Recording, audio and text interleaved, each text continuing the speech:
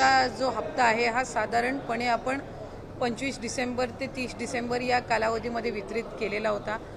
या महिन्याचा जानेवारी महिन्याचा म्हणजे नवीन वर्षाचा पहिला जो लाभ आहे डीबीटी आहे ते 26 जानेवारीच्या आत त्याची सुरुवात ही आम्ही करत आहोत आणि त्या संदर्भातलं जे आर्थिक नियोजन आहे ते सुद्धा अर्थ विभागाकडून आम्हाला महिला व बाल विकास विभागाला प्राप्त झालेला आहे। त्याच्यामुळे लाडक्या बहिणींचा जो जानेवारी महिन्याचा लाभ आहे हा साधारणपणे 26 जानेवारीच्या आत त्याची वितरणाची सुरुवात होईल आणि 3 ते 4 दिवसाच्या त्या कालावधीमध्ये ज्या महिला लाभार्थी आहेत त्यांच्या खात्यावर तो लाभ जमा होईल।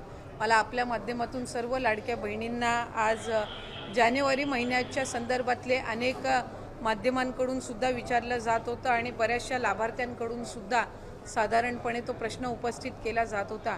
त्यामुळे दर महिन्याला आपण महिना संपायच्या आत तो लाभ त्यांच्या अकाउंटला देत असतो। त्यामुळे या महिन्यामध्ये सुद्धा तो लाभ जो आहे तो 26 जानेवारीच्या आत त्याची वितरणाची सुरुवात ही माननीय मुख्यमंत्री देवेंद्रजी फडणवीस साहेब, उपमुख्यमंत्री एकनाथजी शिंदे साहेब आणि उपमुख्यमंत्री अजितदादा यांच्या सूचनेनुसार आम्ही करत आहोत।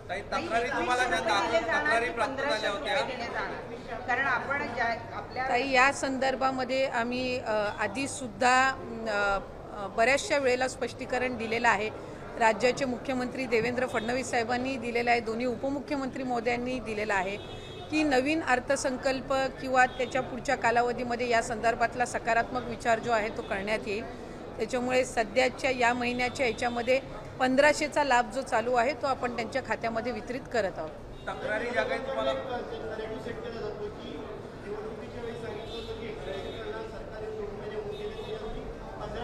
नाही, विरोधकांनी तर सुरुवातीपासून या योजनेवर टीकाच केलेली आहे।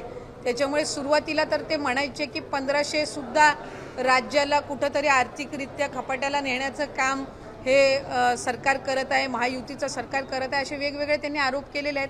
त्यांनी त्यांच्या मॅनिफेस्टोमध्ये सुद्धा 3000 ते करतील अशा पद्धतीचं त्यांनी काही घोषणा त्यावेळेला केलेली होती।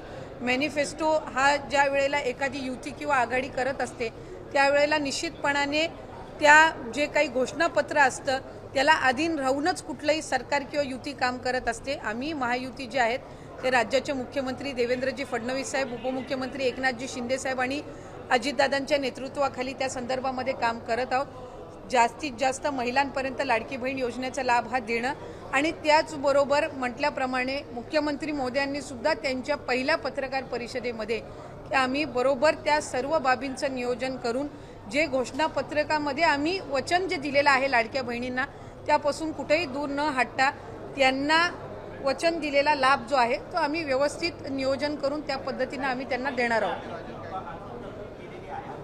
नाही, साधारणपणे आम्हाला 3690 कोटीची जी तरतूद आहे ती त्या ठिकाणी अर्थ विभागाकडून प्राप्त झालेली आहे आणि या महिन्याचा जो लाभ आहे हा त्याच्यातून वितरित होणार आहे।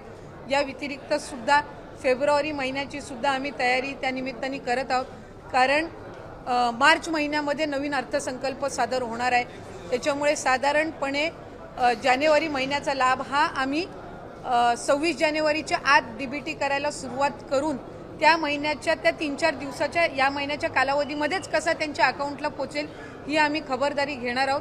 फेब्रुवारी महिन्याचं नियोजन सुद्धा आम्ही त्या पद्धतीनं करत आहोत आणि अर्थसंकल्प सादर झाल्यानंतर त्यावेळेला सुद्धा प्रत्येक महिन्यामध्ये कुठेही खंड पडता कामा नये या पद्धतीची आम्ही उपाययोजना विभाग म्हणून घेत आहोत।